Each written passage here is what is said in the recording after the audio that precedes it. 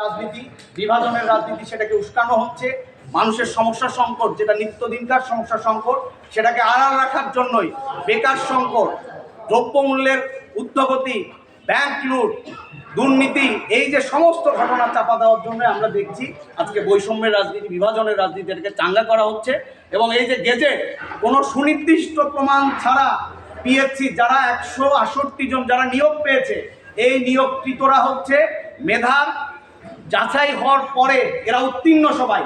মানে এখানে জনপ্রশাসন মন্ত্রণালয়, আমরা দেখেছি অতীত দিনে, যেটা আওয়ামী ফেসিবাদের আমলে আমরা দেখেছি, রাজনৈতিক পরিচয়ের কারণে, অন্য কোনো পরিচয়ের কারণে আমরা হেনস্থা হতে দেখেছি।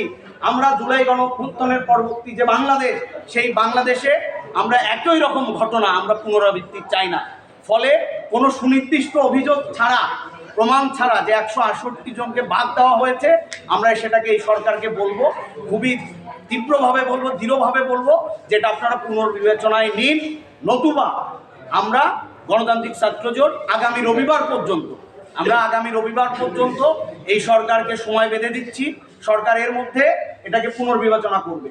যদি পুনর্বিবেচনা না করে এবং সন্তোষজনক কোনো জবাব সরকারের তরফ থেকে না পাওয়া যায়, তাহলে আমরা আগামী সোমবার গণতান্ত্রিক ছাত্রজোট এদেশের ছাত্র জনতাকে সাথে নিয়ে এখানে যে জনপ্রশাসন মন্ত্রণালয়ের অভিমুখে সেই বিক্ষোভ পালন করবে। আগামী সোমবার সকাল 12টায় আমরা রাজু ভাস্কর্যের পাদদেশ থেকে এই জনপ্রশাসন মন্ত্রণালয়ের অভিমুখে বিক্ষোভ কর্মসূচির ডাক দিলাম।